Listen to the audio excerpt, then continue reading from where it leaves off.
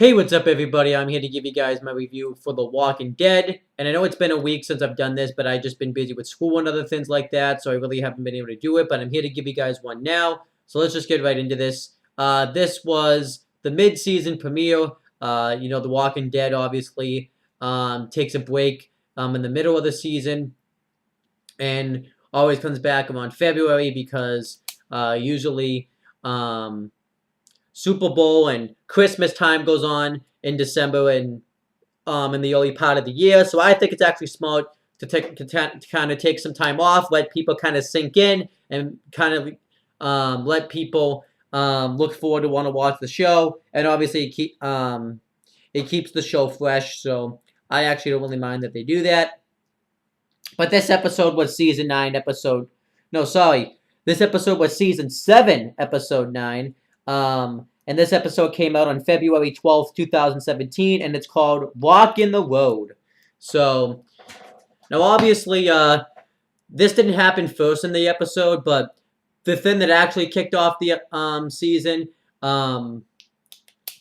really doesn't come into effect until the end of the episode, so I'm not going to talk about it till then. So I'm going to talk about, obviously, I'm not going to, so I will talk about everything kind of chronologically, but up until the end, because then it kind of gets confusing. But the first significant thing that really happened in this episode was Rick's group is trying to convince Gregory for them to join together and fight the Saviors so that way they can get rid of them, and Gregory refuses. Gregory said that they're not going to really do business with each other anymore. Of course, right when I do a video, I get a text message, and I have to answer it because it's about food. Okay, all right, I have to answer that. But yeah, Gregory refuses. He said that you guys thought you could take out the Saviors, but you failed, and he wants it to make it seem like they never did business together, and Daryl calls him a coward, and he said that he's talking out of both sides of his mouth, which I'm assuming means that he was talking out of his actual mouth itself and his ass. Sasha and Maggie called him out because they were the ones that saved the town when it was in trouble from walkers. I believe that happened in episode 7, but I may be wrong.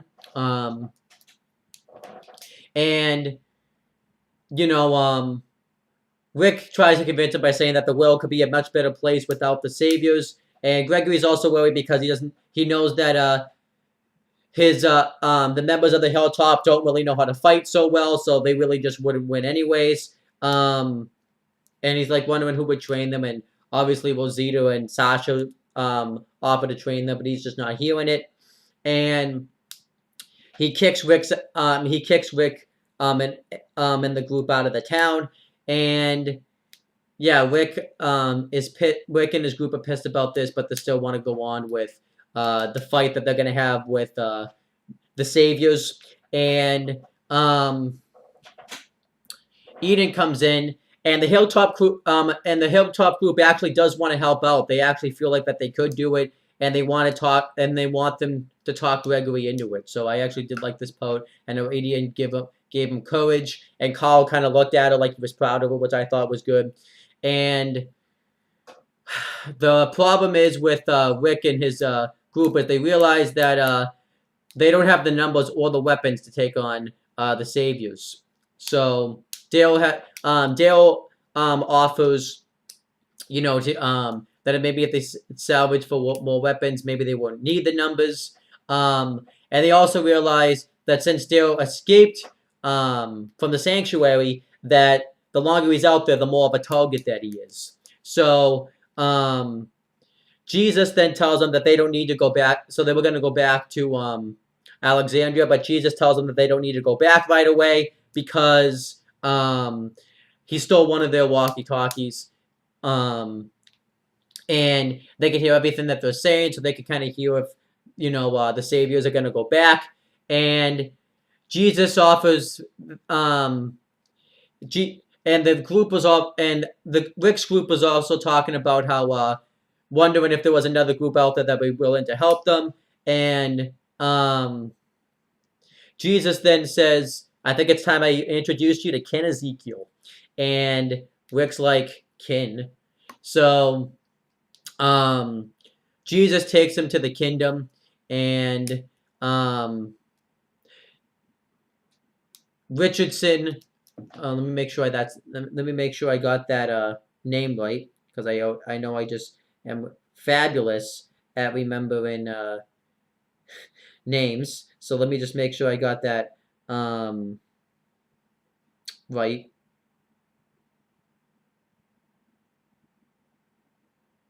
Yeah, no, it's just Richard. Um, yeah, so Jesus tells them about Rick's group, how they wish to meet with King Ezekiel, and they say yes. They offer to get he tells them that they have to give up their weapons, and Richard's worried that this is leading to another deal with another group, and obviously Richard realizes that they have to take care of the saviors first, and then Jesus says, what's about to happen? You'll be smiling for the first time ever." No, he says that I've never seen you smile before, Richard. Well, that's going to change after today. And then they go to the kingdom. They run into Morgan, and everybody else in the group goes in to meet with King Ezekiel. But first, Rick asks Morgan if he found Carol, and Morgan tells him everything that happens to Carol, except he does lie, and he does ask what Carol asked him to do, and tells her that Carol took off. She said that she didn't want to be found, but obviously he was lying. And then Jesus is about to introduce Rick's group, and Rick's group's freaked out that he has a tiger. So I'm assuming that freaks everybody out. I still think that looks terrible where they try to include like that CGI where they try to make it look like that the tiger's really there when it really isn't. So Rick offers, talks about how the hilltop, the kingdom, and Alexandria all have a common enemy in the saviors, and how they can all help each other. And at first, King Ezekiel doesn't listen. He gets pissed at Jesus for telling them that the deal with the Sabres was supposed to be a secret. But Jesus wants King Ezekiel to listen to Rick's plans about an attack on the Saviors. So Rick talks about how the Saviors have been a problem, and yes, they seem like you have peace with them now, but it may not last very long. And Richard agrees with Rick. He says that they should strike first against the Saviors before things start to end badly. And Morgan then finds out that everybody that's died from Alexandria, because he hasn't been there really since season 6, episode 15, when Rick and Morgan were looking for Carol. King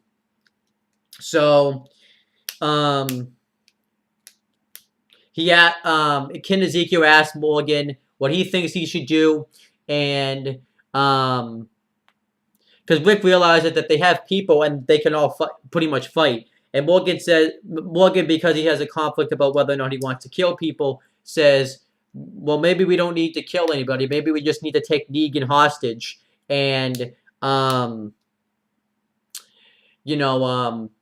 kidnap him. And,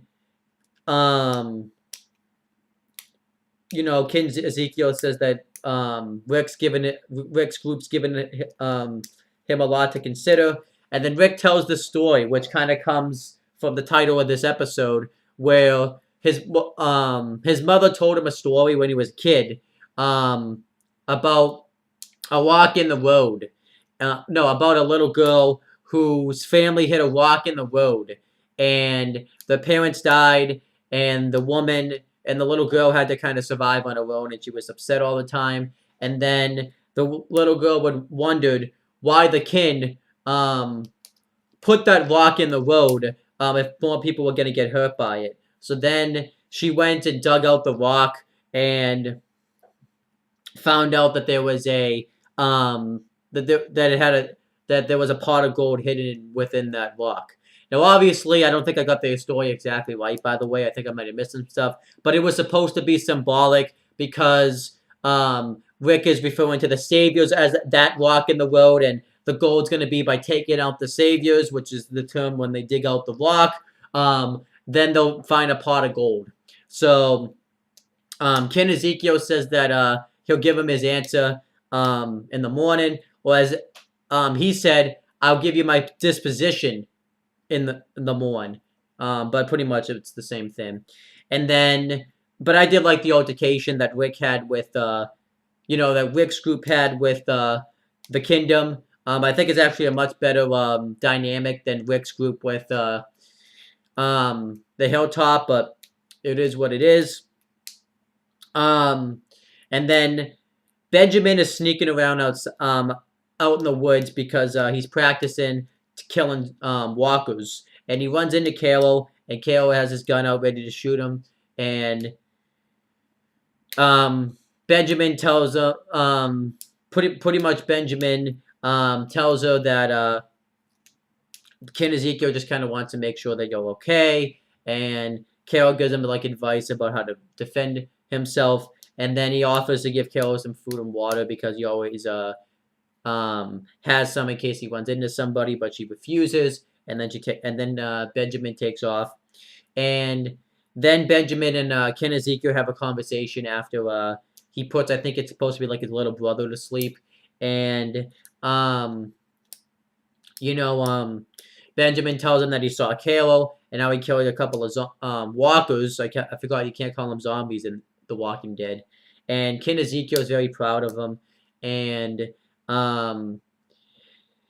Benjamin tells him that the reason he brings food and water to everybody new that he sees in the woods is the reason that we should help Rick's group against the Saviors. Because we would, it's the right thing to do, and we would be heroes. And that's what heroes do. And he tells a story about how his father believed that when you're a hero, when you have a chance to be a hero, you should step up because if you don't, then you're gonna feel like you didn't do.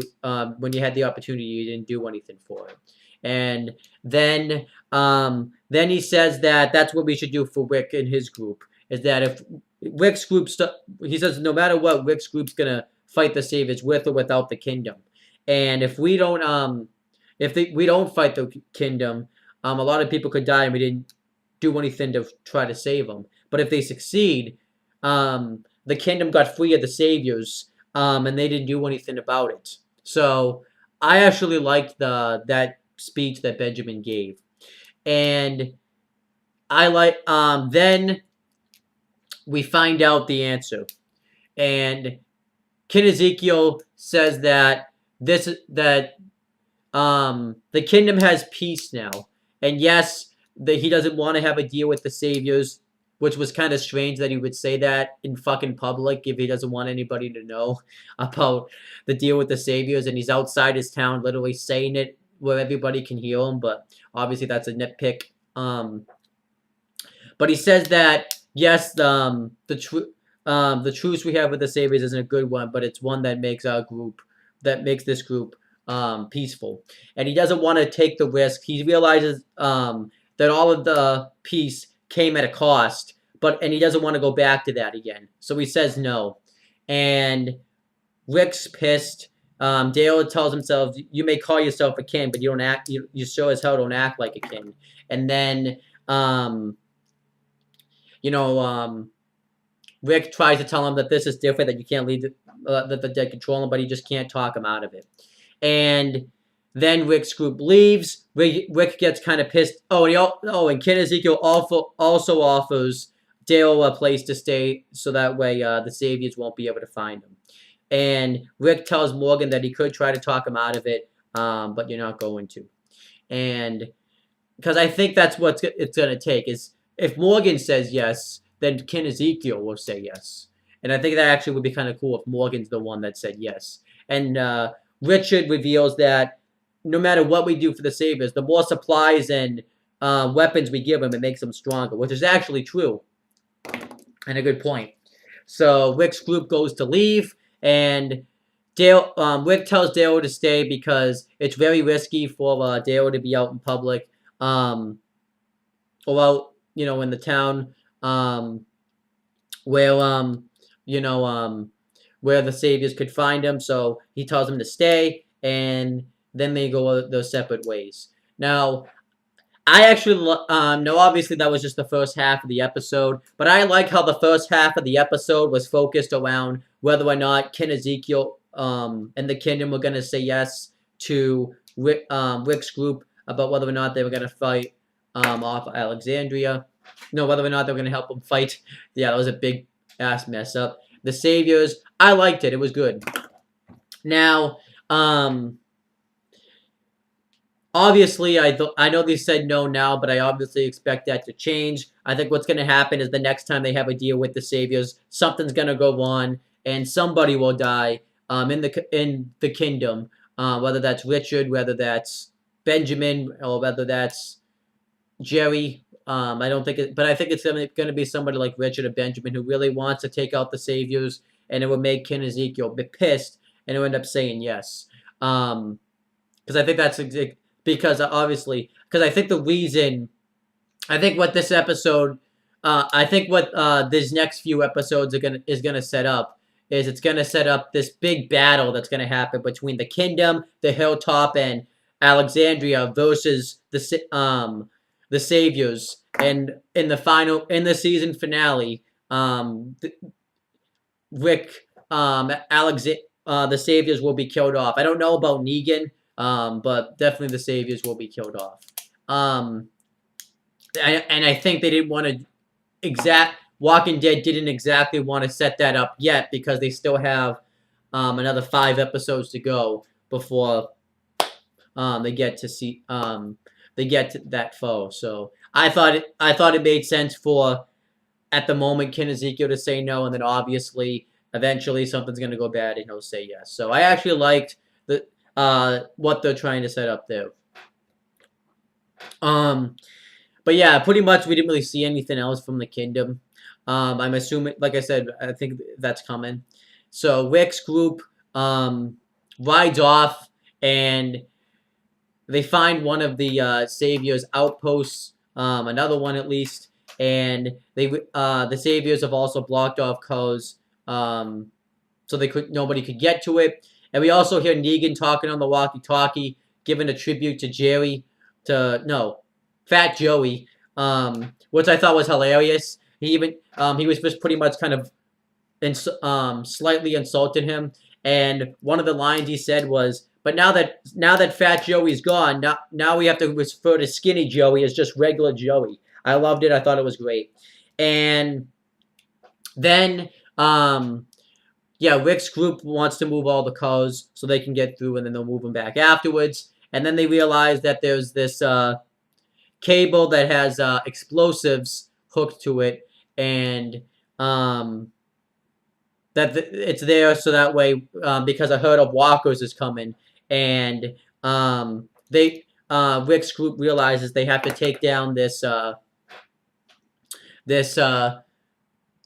thing because these explosives can be used to help them fight off Negan's group. So they steal them. Rosita dislodges them and stuff. And I actually like this scene. And then they overhear Negan in the walkie-talkie say that they're gonna go search Alexandria for Daryl because they realize he's gone. So Rick and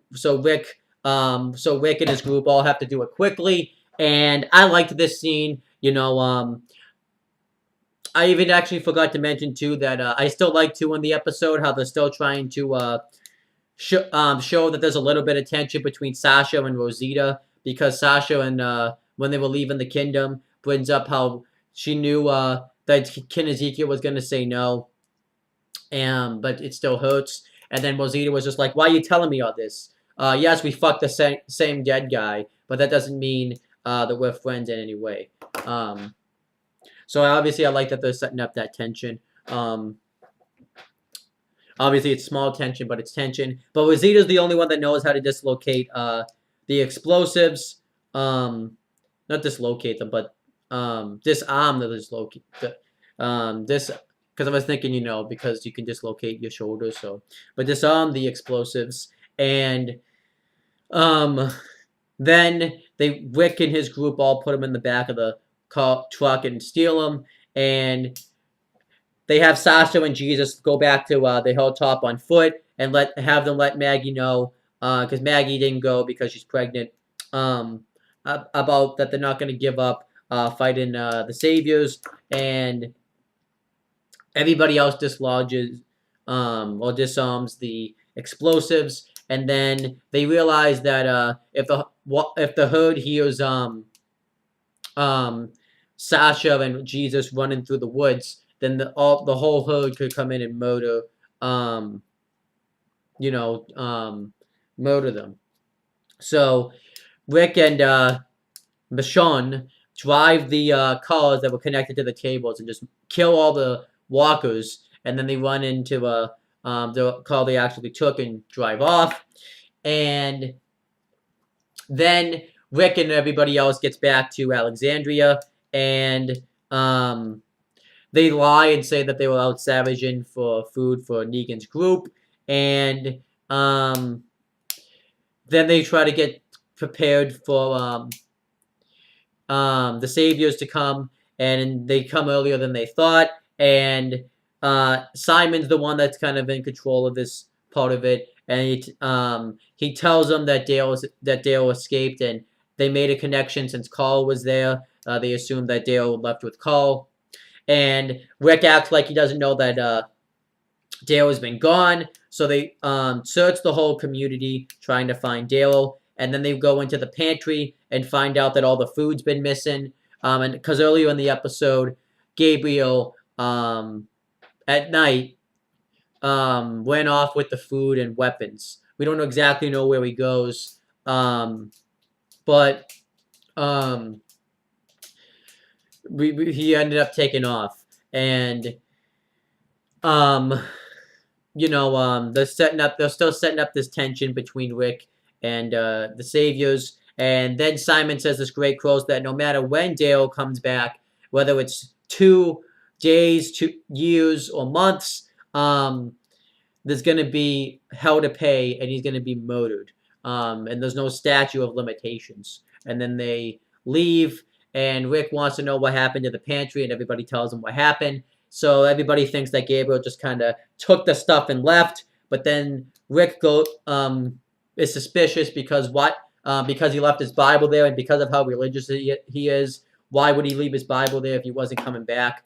And everybody just doesn't think he wants to be found. And Rick, in the notebook where I forget her name, but where the person who kept track of the food and stuff, in the very back of it, he wrote boat. And it was at the same boat that Rick and Aaron went to when they stole all the food off there. So Aaron's like, how could he have known that we were out there? So Rick and everybody else are gonna go out there and see what's going on. But before that happens, Aaron and his partner, I don't know his name off the top of my head, and I tried to look it up, but he didn't tell me. His partner pretty much knows that Rick's planning a battle with the Saviors, and he knows it's going to be a dangerous battle, and he thinks Rick's trying to put them in danger, and he wants him and Aaron alive. And I actually liked that scene. I thought that was nice, but I don't really expect that to really go anywhere, but whatever. That scene was pretty filler, but it wasn't bad. And then Rick, I believe it was Rick, Michonne, Tara, who was random, she was there, but she was there. Rosita and Aaron are all going around that area where Rick and Aaron found the boat, and they find Gabriel's footprints, and a whole group comes up and holds them all at gunpoint or spears and stuff, and Rick smiles, and the whole thing was that Michonne had said in the car before they got back to Alexandria that Rick was going to smile again, and I guess that was supposed to be symbolic. Also, another thing is now Rick has another group that could possibly face the Saviors. So that's obviously what this is setting up to. So, yeah, overall, I actually really liked this episode. I thought it was really good. I'll give it a 7.5 out of 10. It wasn't quite a great episode, but it was still, I thought, really good.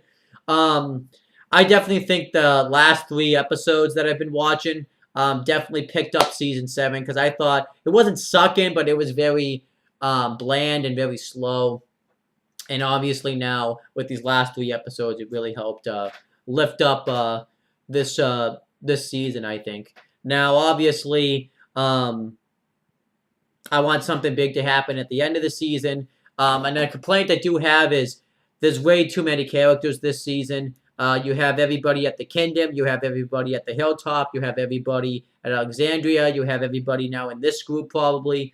There's just way too many characters in The Walking Dead now, and it's so hard to really focus. Like, I don't even know who Aaron's partner is because it's never shown him before. So, I think Walking Dead's filling up way too much on characters. And I think they need to kind of cut back on that. But overall, I really enjoyed this episode. Really nothing left to say. Make sure you guys subscribe to this channel for more content and click on the bell so that way every time you upload a video, you guys will get the notifications for it and will be able to watch it. And make sure you guys do the same thing for my CM Brothers YouTube channel. And that's pretty much it, guys. Talk to you later.